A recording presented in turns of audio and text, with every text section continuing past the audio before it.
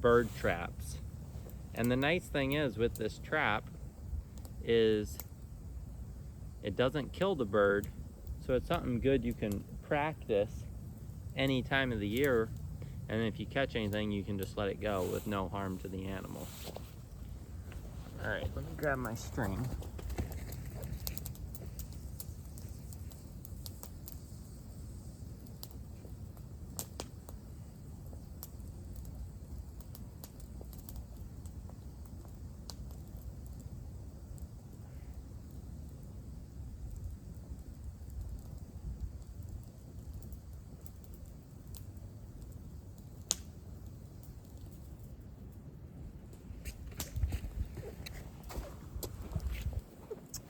So all you'll need to make this is a bunch of very straight, preferably green branches or saplings, and then just a little bit of string.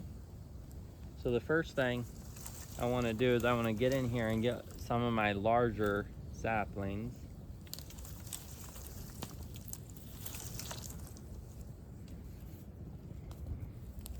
About that size will work.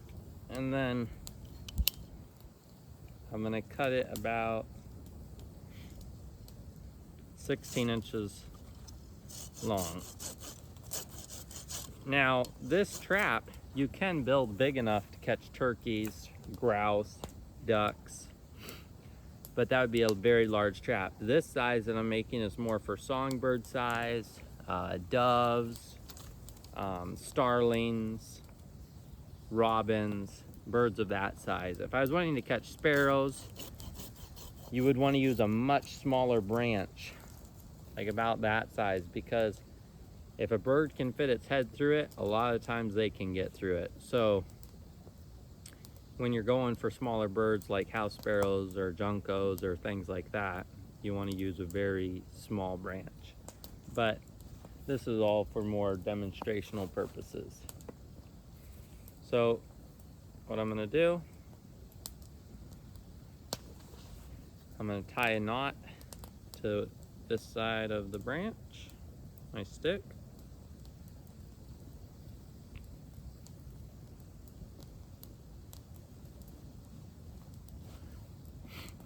And then I'm going to go to this branch and I'm going to do the same thing. So now these are both tied together.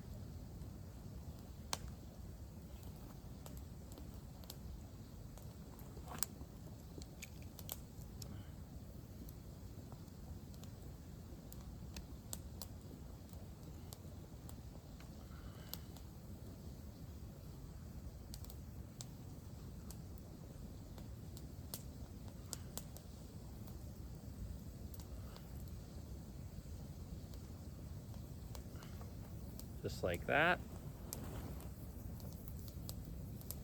And then I'm going to get my string again, tie it onto this side.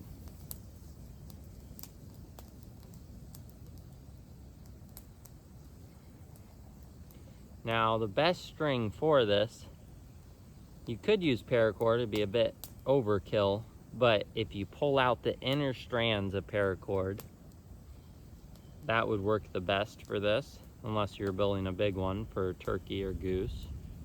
Then you could just use the whole paracord. Now, you want to make sure that these are about the same length. You don't want this one here much shorter or much longer like that. Pretty close.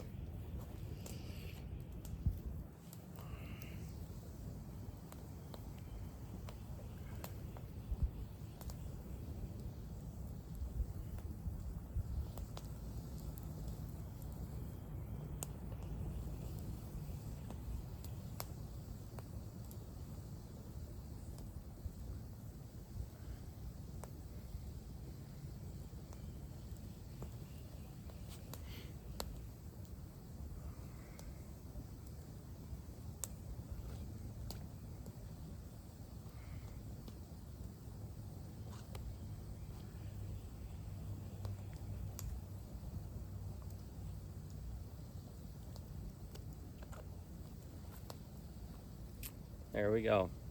Now you're gonna twist it and it'll make an X. And then I'm gonna set that on the ground, crossed like an X. And then I'm gonna just take these branches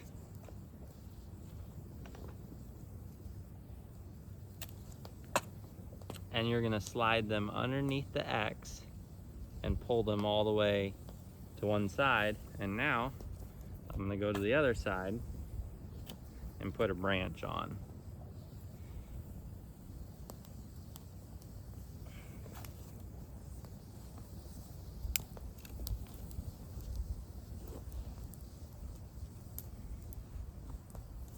And what this does is, as I'm building this up, it starts putting tension on the string that tightens everything up.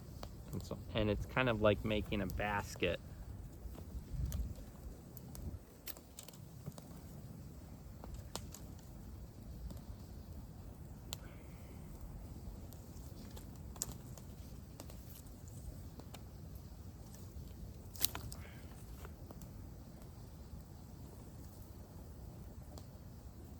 And you got to continually kind of pull these back because they'll slip a little.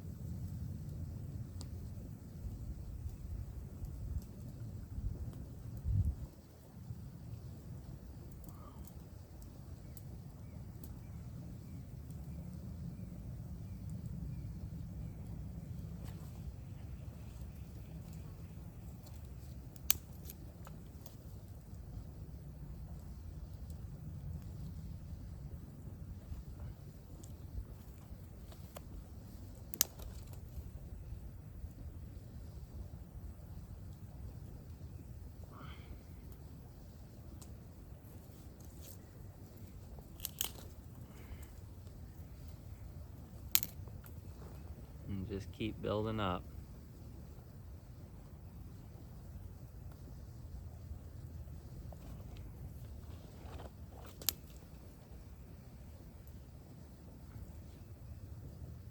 And if it got branches like that one does on it, you don't have to take those off because those will help just fill in any little gaps too and make it even more secure. So as you can see, as they've been going up, these strings have slowly been getting more and more tension on them. And that's what we want.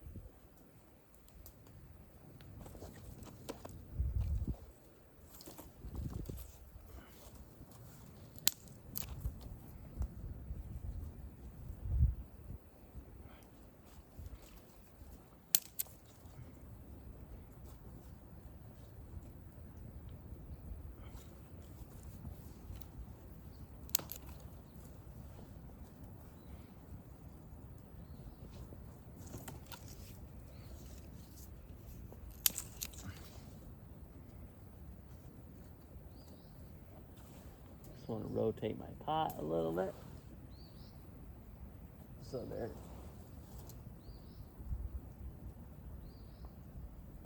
heating up evenly as I'm doing this.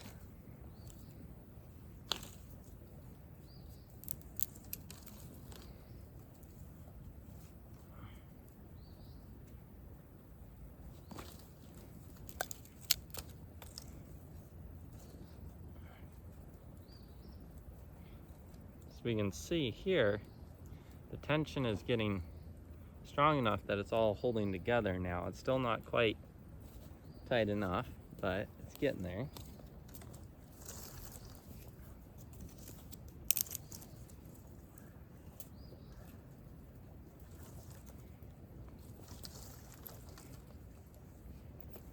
The nice thing is with this trap is it's very mobile. You can pick it up,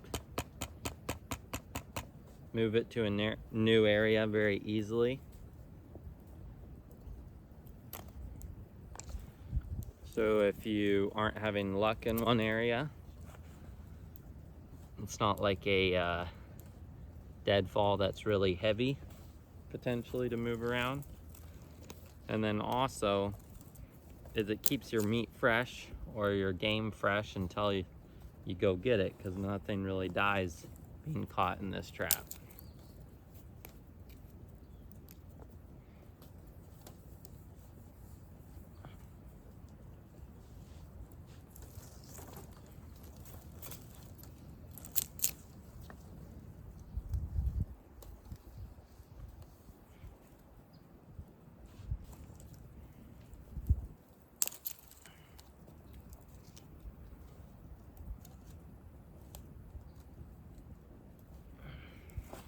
All right, so it's getting pretty tight. It's a good height now. So now what I'm wanting to do, goes a kingfisher. So I'm gonna get little pieces and start sliding them along the top. And along the edges, you wanna start out with thinner pieces and go bigger as you get closer to the center, because then the string will be able to keep tension on all of it evenly.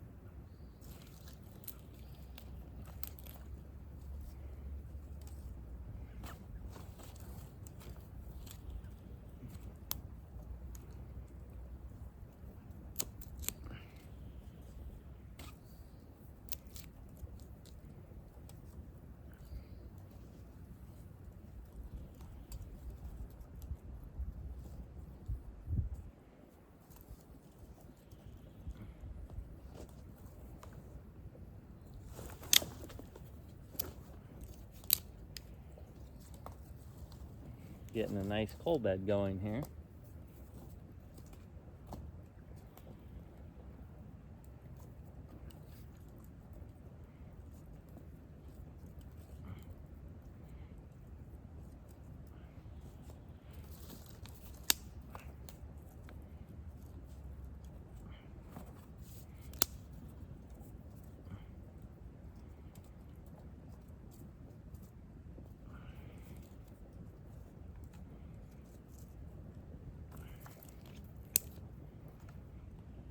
And then what I like to do after I get to the top, I'll slide a couple going the other way, and then I'll weave them down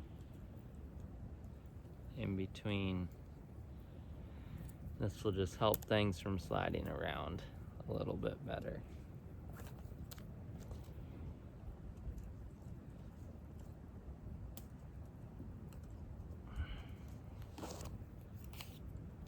And hopefully prevent a bird from moving any branches and slipping out.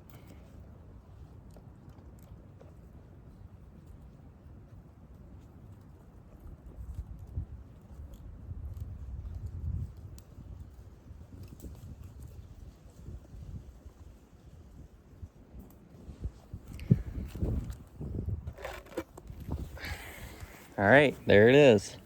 The cage is made.